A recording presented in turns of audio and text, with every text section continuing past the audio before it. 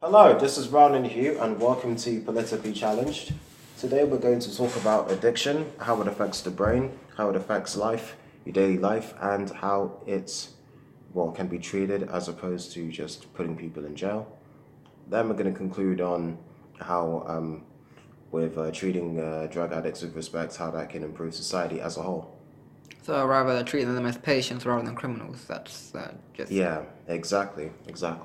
So we're kind of going on. We're adding to the whole marijuana, alcohol, and even to a lesser extent, cat argument where people are prosecuted for using certain substance. Well, not. I mean, like marijuana specifically. Are you talking about illegal addiction? Not just addiction to illegal drugs, but also to, let's say, food addicts and people addicted to, numerous different things. But we will focus on alcohol and drugs as well. So with addiction, let's go and talk about how it affects the brain. So from a biological perspective, addiction is known to be a chronic illness which can change the brain's structure. There are three areas linked to addiction. Yeah, and I mean three areas in the brain, and these areas are the prefrontal cortex, the limbic system, and the midbrain. The prefrontal cortex deals with decision making, reasoning, and logic. The limbic system is what is known as the reward system of the brain, and it's in charge of remembering positive experiences so that we know to do it again. For example, if you eat chocolate bar and it makes you feel good, that'll send a message to your brain saying that you need to remember where you found it and that you should try it again because you know it felt good last time. And then the third one, the midbrain, that deals with the survival functions, for example, vision, hearing, or fight or flight.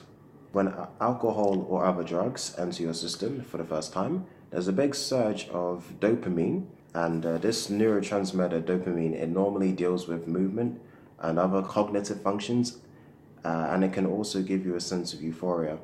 But with alcohol or drugs, the dopamine rush is much more intense than the brain can naturally handle at first. Now, of course, this leads to the release of another neurotransmitter called glutamate.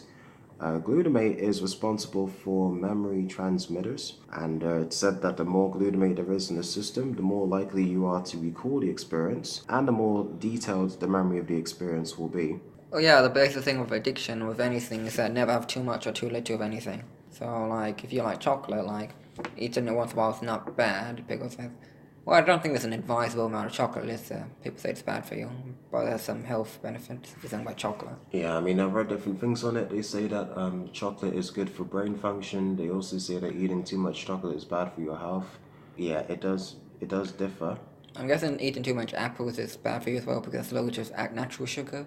I mean, I'm not sure about that, but with chocolate, yeah. I mean, of course, since it's mostly sugar, to be honest, especially with the processed chocolate they make these days. That wouldn't be good for you. No, I based that apple argument. I remember when I met someone when I was younger, he had diabetes, and I ordered apple juice, and I asked him why aren't you drinking. He said that I can't drink that. I said it's fruit, but I said no, it's loads of natural sugar that he can't have because it's too. Well, he was too far gone with diabetes because of having an injection in his stomach, so he actually did that while in the restaurant. I remember that. Yeah, so that's why I'm saying fruit has sugar as well, and I'm aware that vegetables like potatoes, I think they're a vegetable, has loads of natural starch, and you can't have too many potatoes, fat, and other stuff. Everything in moderation. Well, yeah, exactly. It's like that, but that's with food. But with drugs and alcohol, you've got like dopamine and you've got glutamate, and they affect the midbrain, and this means that the midbrain will become more sensitive to the needs of using the drugs or the alcohol, whatever it is that you've been using. But once drugs and alcohol suit our physiological needs, the addiction is now the center of the focus. The addiction becomes a priority, is that what you're saying? Yes. So when it comes to addiction, the substance that you're addicted to, whether it's cocaine or heroin or alcohol or nicotine, that becomes the focus and that becomes your main desire. So it's the first thing you think about. The important thing that you need to know about addiction is it's an illness that can distract you or take you away from your other engagements, your responsibilities, like maybe family, friends, work deadlines, school deadlines. meeting up with friends. For example, if you like to smoke weed every day, maybe you wouldn't want to hang out with your friends because you'd have to leave your house and then go all the way to meet them, and you won't be able to smoke weed publicly, so you'd just rather stay home and be a bit lazy. That's one example. That's talking about an illegal addiction. I remember there was a documentary by the BBC on video game addiction. They had a guy who was so obsessed with video games that like he stopped for a bit, and then when the interviewer came back, he noticed the guy was just playing non-stop, and the guy's rationale was that this makes me happy, so why would I stop? Like, I'm perfectly content doing this. I mean, if you want to talk about video games... It's video game addiction. I mean, video game addiction, then you can branch it out. It could be other forms of media that people could be addicted to, such as social media, or even Netflix, or Amazon Prime, streaming services. People could be addicted to watching or binge watching episodes and series. So with that, they wouldn't want to meet up with friends or go on dates because they'd be too busy watching stuff on Netflix. Doing essays, going to interviews, going to work, family engagements. That's more likely that people would procrastinate and delay doing their schoolwork or university work or stuff for their job because they'd be too busy watching Netflix. Or they'd use Netflix as a way to procrastinate. Yeah, it's kind of like with Netflix or with the streaming services and that, like before you wait for one episode a week, the fact that you have a whole box set of, let's say, something like Grey's Anatomy, which has been on for 12 seasons, you get it on Sky Demand, and like you don't have to wait next week because you could, like, if you start it now, like you would, like, that's like 200 plus episodes they could just watch again, like on a loop, not a loop, but like it's just there. It's just, I think the ease of streaming services just have made it accessible. Yeah, and that would help with the fix. I mean, with most sorts of things that people could be addicted to, you would have to wait. You would have to find a way to get the next. I don't know. You'd get the next fix. You'd either, I don't know, go and find weed, or you could buy alcohol at any shop. Yeah, with alcohol. Or you could go on. Yeah, with alcohol, like you have to go to the store. Like you could buy as many as you want. That runs out, then you have to go to the store. But then after a certain point, like if you're not going to your job or whatever, like there's a limit, so you can't keep buying it, and then... Yeah, and like Netflix, you can watch as many episodes as you want. So, I mean, that aids the addiction because it could just... sometimes people would only watch 2 episodes or 3 episodes, but they feel like they want to watch more the next day, so they watch as many episodes as possible. I mean, that does sound like a form of addiction. It is. It's just like... what do you think people... I mean, like, I know that on Netflix, like when you watch like 3 or 4 episodes, it says, "Are you sure you want to continue watching, I don't know, Jessica Jones?" It asks you, and then you click yes, and then another 3-4 episodes later, it asks you again, "Do you want to continue?" So like it does. I mean, like, what else can they do when we want to talk about addiction? Let's talk about TV addiction. How would you moderate someone's TV habits? So like, how would you stop them? Like, have a parental lock after a certain amount of episodes, or...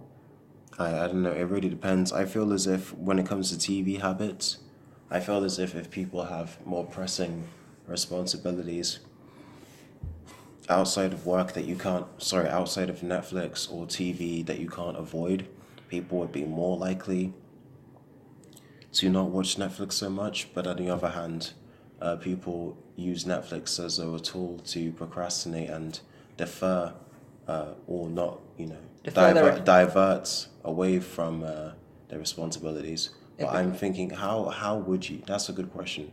How would you moderate somebody's TV habits? I mean, you could read more often. You could find activities to do that you can do instead of TV, like, for example, exercise.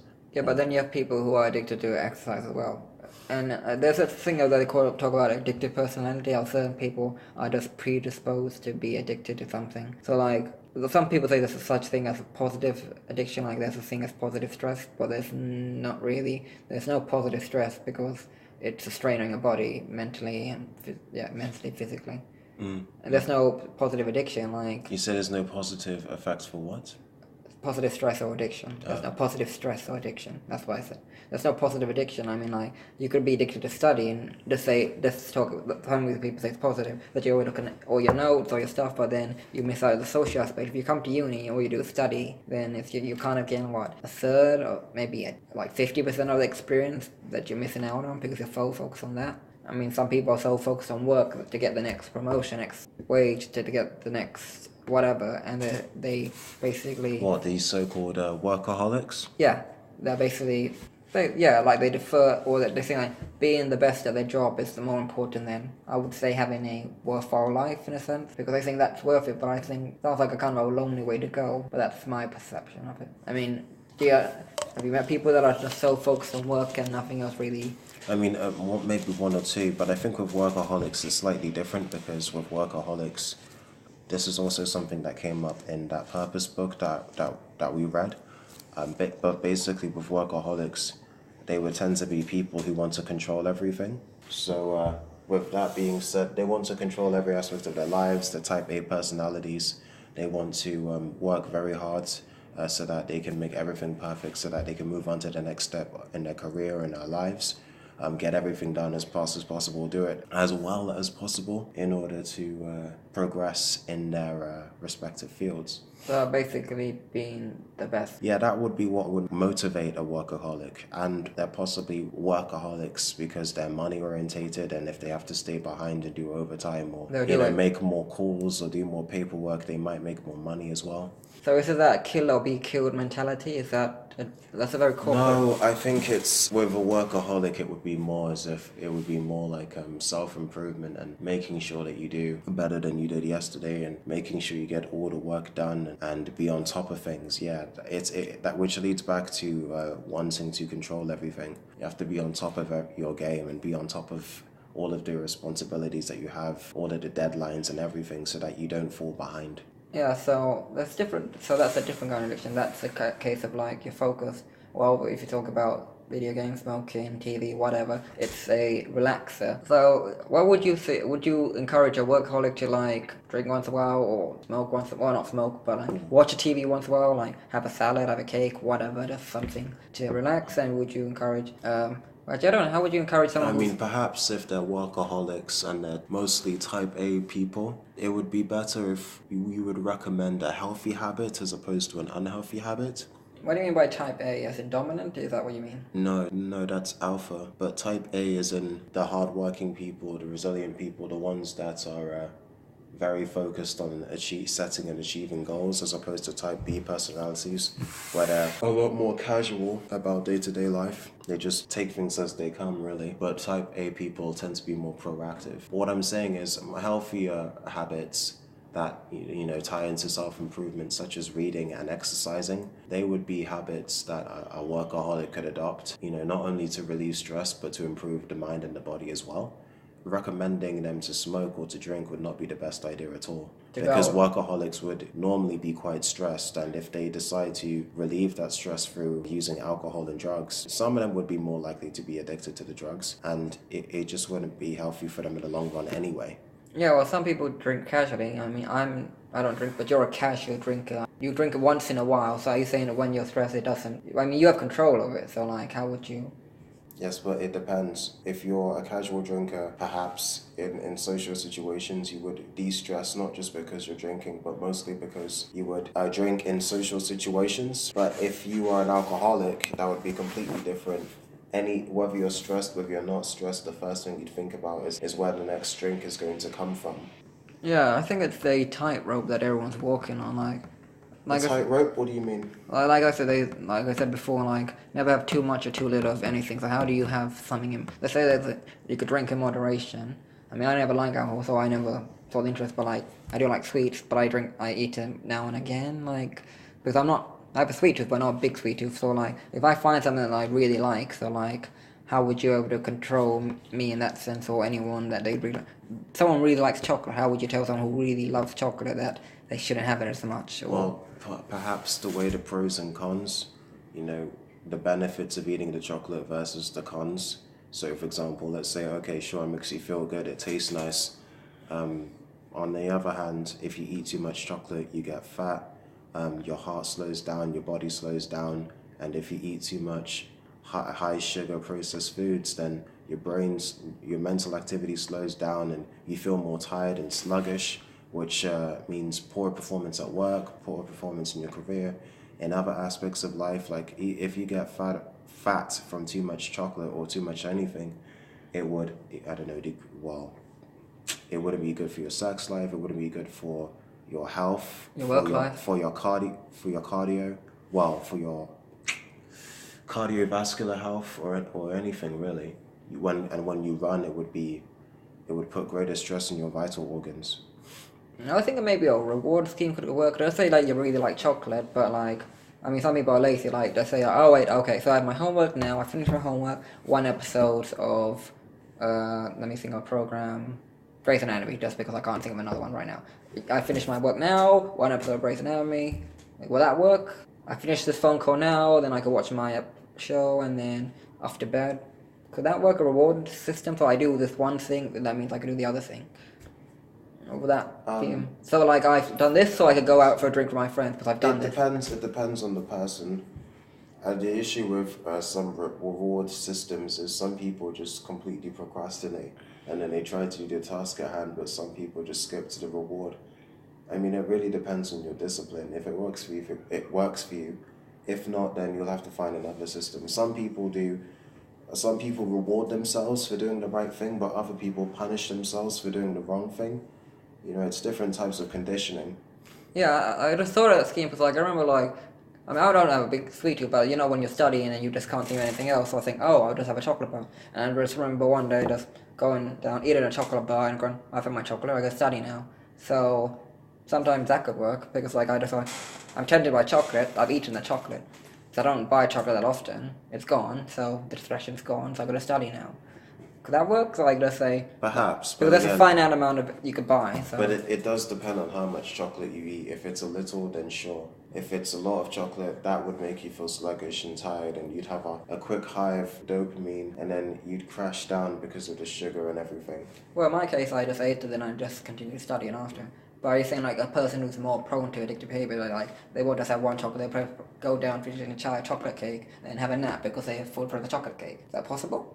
I know, I'm trying to think of extremes, because like addiction, it works in extremes, and there's no moderate addiction, is there? It's addicted to gambling, which is a form of technology. Some people are addicted to their smartphone.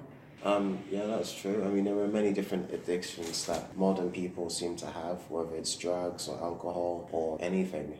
Smartphones, social media, pornography.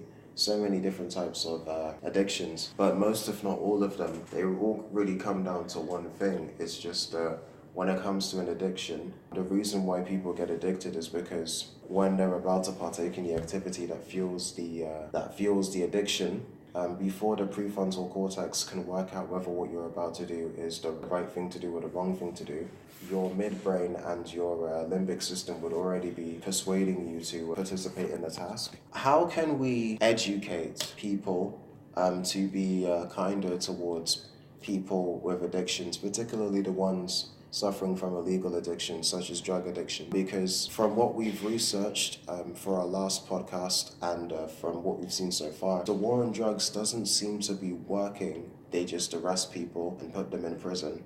But that doesn't seem to work, because whether it's here or in America, you put somebody in prison for drugs, they come out, it's extremely difficult for them to find jobs, and then they have two choices to make money. Either get very small time jobs or maybe welfare, or maybe the third option, just commit crime again to try and get money and then get themselves back into prison because they get caught. So it kind of restricts your job opportunities if you end up in jail, particularly if it's for drugs or something else like that. And that's if you're selling the drugs. But if you've been using the drugs, it restricts job opportunities if you've been imprisoned for using the drugs as well. So what people have been saying is we could, sort of do what Portugal did, decriminalize all drugs, which I don't actually agree with. I think there would be dangers to that because a lot of people just have access to it.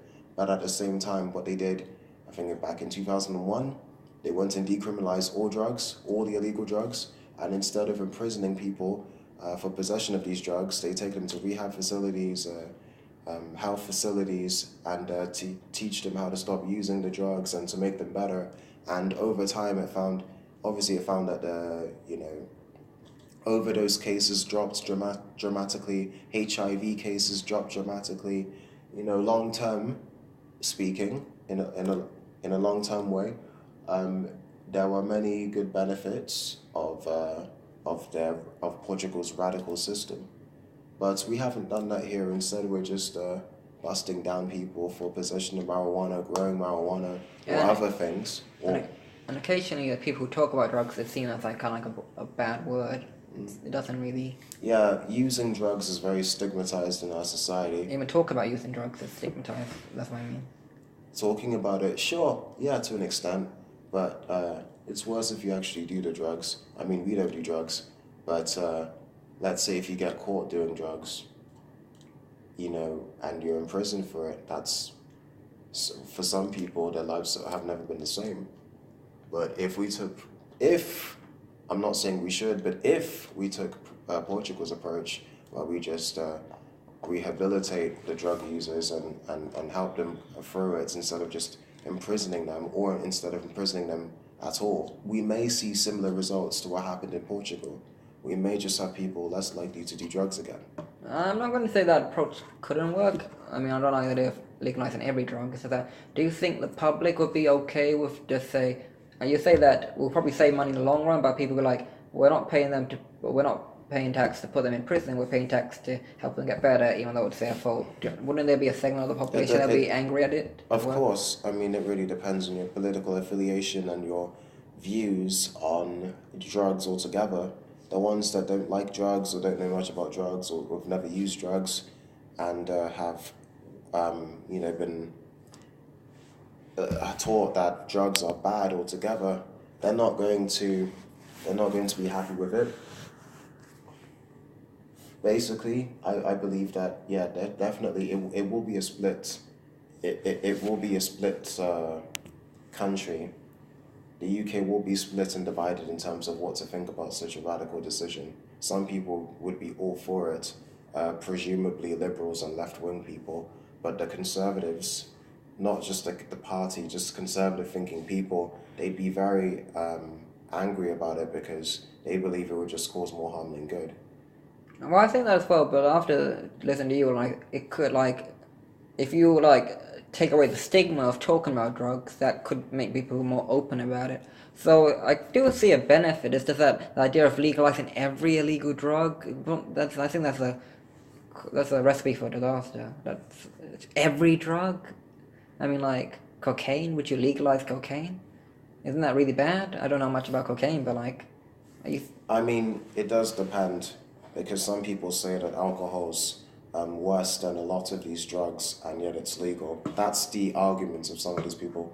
Some people say that all of these illegal drugs, whether they're worse than alcohol or not, you should still keep them out of the way and keep them legal so that they don't become more accessible to the masses and they don't end up hurting more people. So it's a tough decision, that one, whether we would ever even consider doing what Portugal did. I don't think Britain's ready for that yet. I mean, we've got enough on our plate as it is. Yeah. But whether it's decriminalizing all drugs or some drugs, or at least decriminalizing the less harmful drugs like LSD or, let's see, marijuana, any of those, at least taking steps to make sure that the drug use is destigmatized and not demonized, so that people can actually talk about it and people can actually help themselves and help other people get better and stop using drugs. I think that could work. Yeah, as we're talking about illegal drugs now, illegal addiction, so like, let's talk about, let's say, fast food. People get addicted and get obese and like, they keep eating. Like, they talk about like obesity in general, it's a problem in the country. We talk about obesity greater detail, and let's talk about like, don't they get stigmatized? That's a legal thing that you could actually take, even though it kills you gradually. People, they don't get a lot of sympathy though. So how do you expect drug takers to have sympathy when people who just eat chocolate or whatever don't get sympathy? Well, they get some, but not a lot. I mean, like, that's the thing. I mean, that's apples and oranges. I mean, drug users are stigmatized just as much, if not more so, than, obese people. No, I'm just saying, like, because that's legal at the moment, if you make drugs legal. Yes, it's legal at the moment, but if we did legalize the drugs, I'm sure it won't automatically take away from the stigma. What I'm saying is, if we consider doing it, we could see similar effects to Portugal, we could not, but I'm thinking it's a possibility. But at least, even if we don't decriminalize all drugs, I'd be okay with that. What I'm saying is, if we just destigmatize drug use so that we focus on helping people getting better instead of punishing them for using drugs in the first place. I'm saying if we did more of that, then I believe that drug use would decrease in the long run. I remember in Sherlock, he says he's a drug user. He doesn't abuse it, he just uses to add creativity. So it has been covered in the media a bit, but like we could talk about media another day. That's in popular culture. But yeah, I mean, I've seen popular culture examples where characters would use drugs to improve their creativity or improve their cognitive thinking. But of course, it is fiction, so I wouldn't. I wouldn't know much about if that works in real life. Yeah, but it's written by actual people, so maybe there's something. It's written by them, but I don't know if it's applicable to real life. But the final point is we can make more of an effort to destigmatize drug use so that people can talk about their previous drug use, and then that would be the first step in making sure that they stop using the drugs, especially if the drugs are harmful to their body and to their mind. Okay, well, thank you for listening to another episode of Politically Challenged. You can come and visit our social media sites. We've got facebook.com/politicallychallenged, and the rest you can see in our YouTube description. Hopefully you can check us out next time. I believe we'll either be talking about obesity or something else because we research different topics. But thank you for listening. It's goodbye from Ron. And it's goodbye from Hugh. See you next time. Goodbye. Ta-ra.